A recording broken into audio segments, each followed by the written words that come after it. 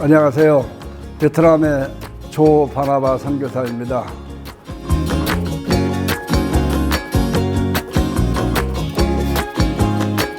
(47년이니까) 지금 78세입니다. 그래도 이제 보시기보다 제가 좀 젊어 보이는 것이 뭐 선교지 있으면 젊어 보입니다. 감사하죠, 그냥. 그래서 사실 어렸을 때는 내가 충남 대천이 고향입니다. 그런데 사실 어렸을 때면 다 그렇지만 저희 나라 또에 다 힘들었죠. 그래서 이제 뭐 직업도 여러 가지 뭐 그냥 구진을 다 하고 그러다 보니까 또 학교도 제대로 못 다녔습니다. 그래서 이제 딱 중학교 때만 다니고 그러고서 이제 제가 나중에 서울 와서 이제 여러 가지 뭐 잡다한 일을 하다가 뭐 별거 다 해봤죠. 그러다가 69년도에 군대 들어갔는데 그때 이제 월남전이 막 시작될 때예요. 그래서 처음에는 차출됐는데 무서워도 안 가려고 그냥 죽으니까. 근데 가만히 보니까 안 죽는 거예요, 다. 그래서 야, 나도 한번 가보자 그래서 이제 제가 지원해서 1970년대에 베트남을 갔습니다. 저같이 베트남에서 이렇게 말하는 사람들은 전투를 안 해본 사람이 대부분, 실제로 전투한 사람들은 얘기를 잘 않습니다. 그것이 그 전쟁에 그 트라우마가 있어서 1년 다녀오고 사업이라고 조그만 거 했는데 빚을 진 거예요. 이게 잘 안 되니까. 처음에 보니까. 근데 그 빚을 또 어머니가 또 빚을 받아가지고 있어요. 근데 저한테는 괜찮아. 어머니한테 막 빚쟁이들이 독청하니까 견딜 수가 없는 거예요. 그래서 나 이렇게 안 되겠다. 빚을 좀 갚아야 되겠다 해서 당시에 막 중동 건설붐이 일어났습니다.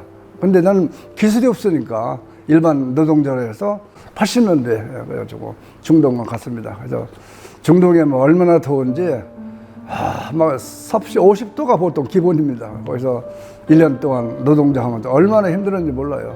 이제 갔다 왔는데도 빚 문제가 해결이 안 된 거예요. 그래서 이제 두 번째 다시 이제 사우디아라비아죠. 그걸 갔는데 두 번째 갔는데 그때 뭐 갈등이 생겨도 잠이 안 오더라고요. 그러니까 저는 불면증이 이렇게 무서운지 몰랐습니다. 불면증 들었는데 밤새 잠이 안 오는 거냐. 약 먹어도 안 되고. 그러잖아요. 그때 나 이렇게 죽는구나.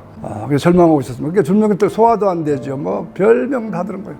어느 날 그 캠프에서 이런 소리가 들리는 거 스피커에서 교회 나와서 은혜 받으시기 바랍니다. 그래서 저는 뭐 은혜가 뭔지도 몰랐습니다. 근데 거뭐 교회 나가서 은혜 받으라니까 그때 너무 마음이 괴롭기 때문에 뭐 교회 나가서 뭐 신앙생활 이게 아니고 저기 가서 좀 내가 너무 외롭기 때문에 힘들기 때문에 마음의 평안을 받을까 하고 사실은 죽으면 죽고 하여튼 끝난 인생인데 저기 한번 가보자 그래서 제가 혼자 스스로 찾아갔습니다. 저 뒤에 앉았죠. 뭐 찬송 부르는데 뭐가 뭔지 모르겠는데 그래도 뭐 2절부터는 따라 부르게 되겠더라고요. 그래서 저를 소개하는데 조 선생님 그러는 거예요. 저를 인격적으로 대해주는 거예요. 나오는데 어느 집사님이 저한테 그러는 거예요. 조 선생님, 먼저 된 자가 나중되고 나중된 자에게 먼저 될 자가 맞습니다. 그러는 거예요. 그때 제가 느낀 것이 이 기독교는 한번 해볼 만하다. 수요일날 주일날 갔습니다. 사보다 빚을 졌을지언정 남에게 해를 끼칠 리가 없습니다. 난 스스로 착하게 살았다고 했는데 하나님 앞에 아무도 모르면서 내가 나쁜 일 많이 했잖아요. 그래서 이거 그때부터 내 죄를 깨닫는데 죄가 생각나는데 나중에는요 우리 조카 그냥 뺨 때린 것까지 그것도 후회가 그것도 얼마나 울었는지 모릅니다. 그러면서 내가 회개하셨는데 그래서 교회 나갈 때면 꼭 수고를 챙겨야 됐어요. 왜냐면 너무 눈물이 나오니까 2개월인가 3개월 후에 내가 부인하던 그 하나님 천국과 지옥이 있다는 걸 그때 내가 느껴지더라고요. 난 큰일 날 뻔했잖아요. 지옥 갈 뻔했잖아요. 그러면서 제 주위는 크리스찬들을 생각했습니다. 자기들의 믿으면 천국 가고 내가 지옥 가는 거 뻔히 알면서도 한 번도 전도를 안 했어요. 저는 그때 하나님 믿고 안 믿는 것은 본인의 자유지만 예수가 누구인가는 일생 동안 전하겠습니다. 이 한마디가 저의 운명을 바꿨습니다. 하나님은 저를 키워주셨고 저를 길을 열어주셨어요. 그리고 그때부터 이제 전도하기 시작했습니다. 그 캠프 다니면서 막 전도했죠. 사람 있는 건 다 갔어요. 주 예수를 믿으라. 그래야만 너와 내 집이 구원을 얻으리니 한 번 죽는 것은 정하신 것이요 그들은 심판이 있으니 너희는 내일 일을 자랑하지 마라. 하루 동안에 무슨 일이 일어날 줄 알 수 없느니라. 막 이러고 다녔어요. 제가 당시에 그 사우디아라비아 있을 때 한 350절을 성경을 암송했습니다. 그러니까 뭐 나는 말로 성경 말씀 가지고 그렇게 해가지고 전 당시에 이제 조영규 목사님한테 은혜를 많이 받았습니다. 그래서 강해집이 있어요. 그래서 이제 그걸 보고 있는데 주의 종은 하나님이 밥 주시면 밥 먹고 떡 주시면 떡 먹고 안 주시면 굶는다. 성경도 아닙니다. 강의한 건데, 설명한 건데. 내용을 읽는 순간에요. 갑자기 막 성령이 막 임하시는데요. 막 얼마나 전기가 오는 것처럼 불이 뜨거워지면서 그냥 눈물 쏟아지게 하는데, 야, 그때부터 하나님의 어떤 메시지가 엄청 들렸는데, 내가 너를 내 종으로 삼으리라. 막 그러시는 거예요, 그냥. 그래가지고 뭐 얼마나 그냥 감동받고 마음이 뜨거워지는지 그냥 엉엉 울었습니다. 환경 보거나 내 학력 보거나 보면 이거 신학대학에 갈 수 있는 형편이 안 됐어요. 거의 좀 40대 때니까. 그래가지고 야간을 들어가야 되는데, 왜냐면 낮에는 내가 직장일 하면서 또 가족을 부양해야 하기 때문에. 근데 보니까 서울신학대학에 야간이 딱 공고가 붙었어요. 거기는 신청했습니다. 근데 뭐 시험 봤는데 뭐 엉망이죠. 필기시험이. 나중에 면접 보는데 그 면접은 교수가 그래요. 나보고 나이 40대 가지고 뭐로 왔느냐고 그런 거예요. 저는 1년을 배우더라도 제대로 배워서 하려고 왔습니다. 어차피 떨어진 거니까. 나는 퉁문석이 그랬어요. 그랬더니 영어 좀 해야 된다. 영어는 뭐 그래도 나 해외 다녔어. 브로커니도 합니다. 그러고 왔어요. 저는 사실 발표는 안 가려고 그랬어요. 왜냐면 떨어졌으니까. 분명히만 떨어졌으니까. 근데 혹시 하고 가봤습니다.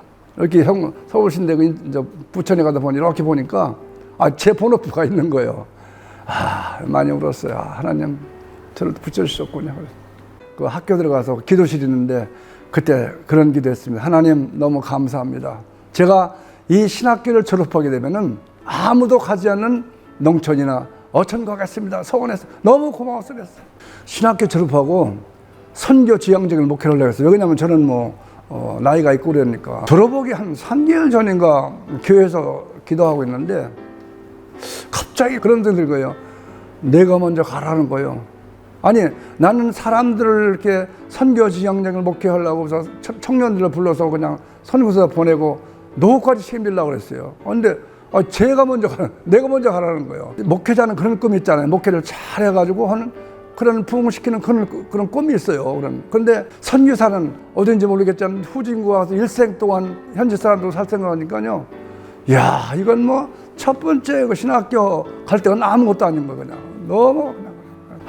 어차피 끝났던 인생인데 저는 그냥 뭐 순종하자 그러면서 선교제는 지금 저는 사실 중동에서 예수님을 믿었기 때문에 중동 가려고 그랬습니다. 아니면 인도 가려고 그랬죠. 다른 데는 다 가도 베트남만 안 간다고 했어요. 왜냐면 베트남은 전쟁 내가 참여했잖아요. 그런 부담감도 있고 또 공산주의 사회주의인데 무슨 전도를 오겠어요. 선교 훈련을 받아야 되는데 셀프 서포트 해가지고 하와이 훈련을 받으러 갔는데 마지막 강의 때 전도학인데 그때 그 미국 사모님이 안수기도인데 저는 안 받으려고 하다가 마지막에 한번 받았는데 그분이 그냥 내 머리에 안수기도 하시면서 자기 눈에 템플이 보인다는 건데 하나님 이 형제를 위해서 문을 열어주세요 그러더라고요. 저는 얼마나 놀랐는지 모릅니다. 베트남은 불교국가, 템플 국가죠. 당시에 1990년대, 92년대 문이 안 열렸죠. 수교가 안 됐기 때문에. 근데 이 형제를 위해서 오픈더 더 그러시더라고요.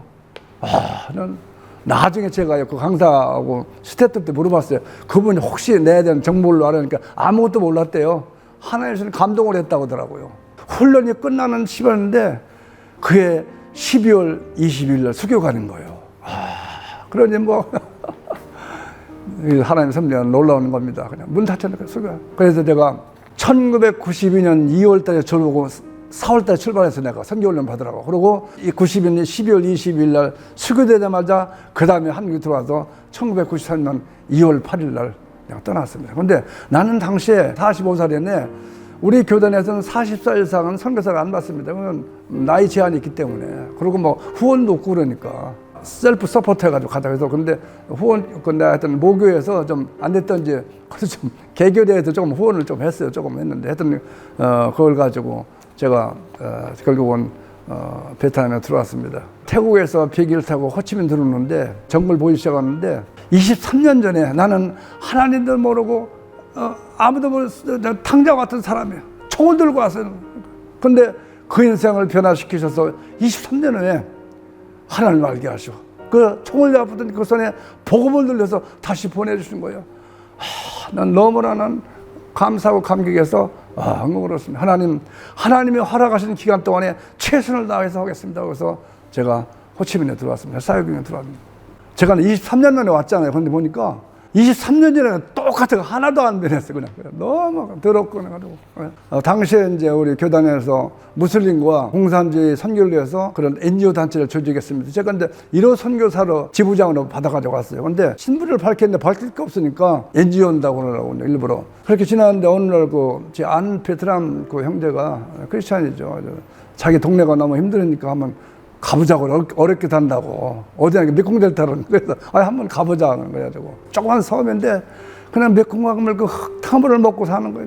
야자수로 좀 막 비만원 막 새는 그런 집에서 애들 막 신발이 없으니까 막 맨발 벗고 다니고 그러더라고요. 그래서 조금씩 도와주기 시작했습니다. 너무 불쌍하니까.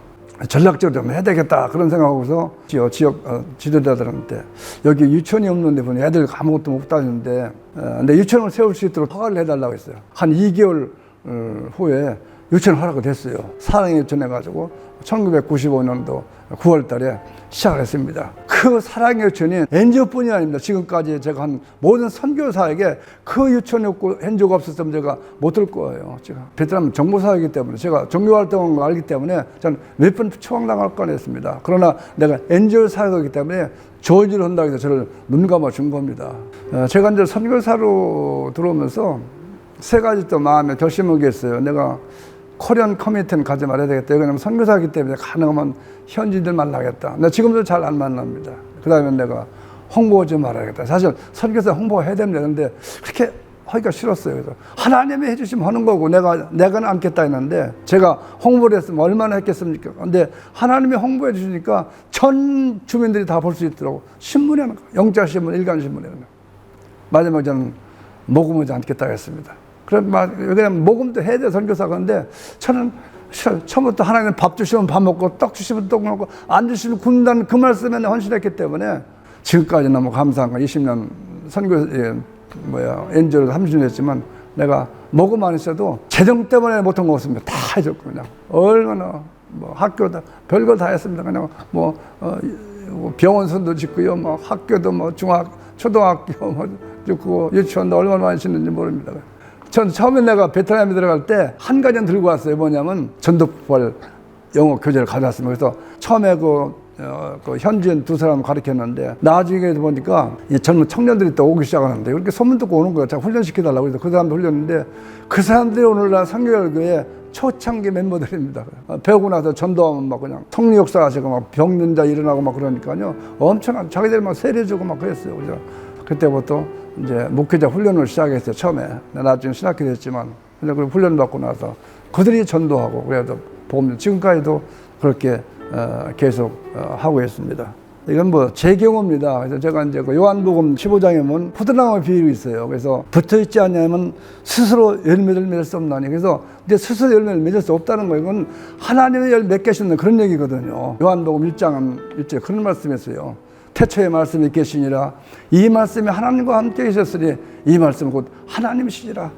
말씀이 하나님이라는 그때 깨닫고 나서 이 하나님을 가까이 있다는 것이 말씀을 가까이 하는 거구나. 내 안에 거한다는 것이 하나님의 말씀 안에 거하는 거구나. 그래서 그때부터 제가 성경 말씀 중독에서 외우시았지만 계속해서 천절을 암송합니다.